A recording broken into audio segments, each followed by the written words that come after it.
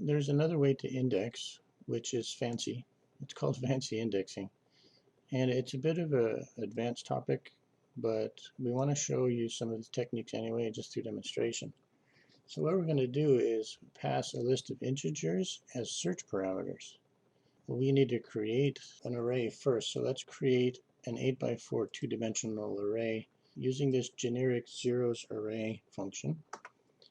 And if we output that here, we'll see that we have 1, 2, 3, 4, 5, 6, 7, 8 rows of data with 4 values each. And in order to make this more easily readable, we're going to loop through these and assign each row a different numerical value. So this will be row 0, this will be all 1s, this will be all 2s. Now the way we're doing that is we're just saying create this range of numbers between 0 and 7. Remember, this is 8 inclusive. We could actually write this like this, 0, comma. But if we leave that blank, it just means 0. And the first time it runs, I will be set to 0.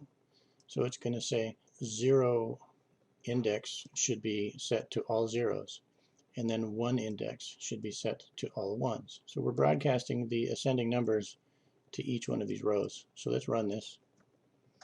And then we'll output it. Now this will be easier for us to read. So to use a fancy array, we're just saying here that we want the 3rd, 4th, the 0, and the 6th index. And it should return those entire indexes for us in those orders. And so this is the 3rd, the 4th, the 0, and the 6th index. It's grabbing them here.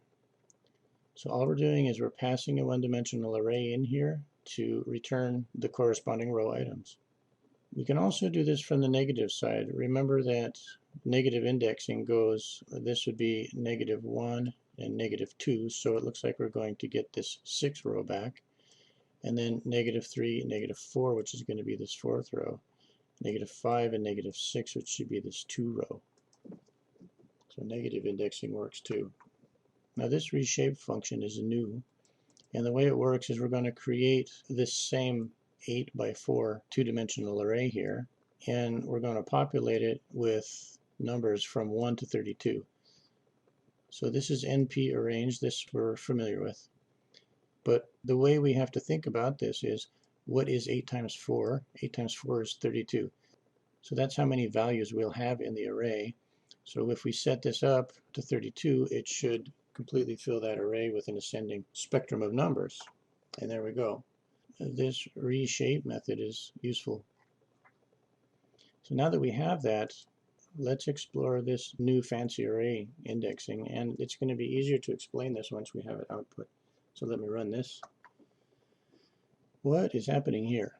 So this first set of indices is simply referencing our first dimensions. This is index 1 in the first dimension. This is probably 0, 1, 2, 3, 4, 5. This is index 5 in the first dimension. This is index 7 in the first dimension, and this is index 2 in the first dimension. This is grabbing corresponding indices in the second dimension. So what I mean is, this is row 1, column 0. So if we take row 1, column 0, that's a 4. This is row 5, column 3. Row 5, column 3, right? 0, 1, 2, 3, we get to 23. This is row 7, column 1, which should be this 29 right here. And this is row 2, column 2, which should be this 10. So this is fairly straightforward once we understand that this is just the first dimension, the rows, and this is the second dimension, the columns, and they correspond with each other in orders. Now this one is a little different. The first array that we have here is also a reference to the first dimension, and actually we made it a copy of this. So what we're doing here though is getting all of the column members from row 1. And here we're getting all of the column members from row 5. And the same with 7 and 2, but we're reorganizing them. Instead of 0, 1, 2, 3, we're reorganizing them into 0, 3, 1, 2. So let's run this and we can explain. In row 1, we're taking first column 0. All right, that's the 4.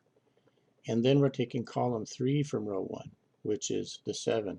You see here, there's the 7. And then we're taking column 1 from row 1, which is the 5. There it is. And then we're taking column 2 from row 1, which is the 6. There it is.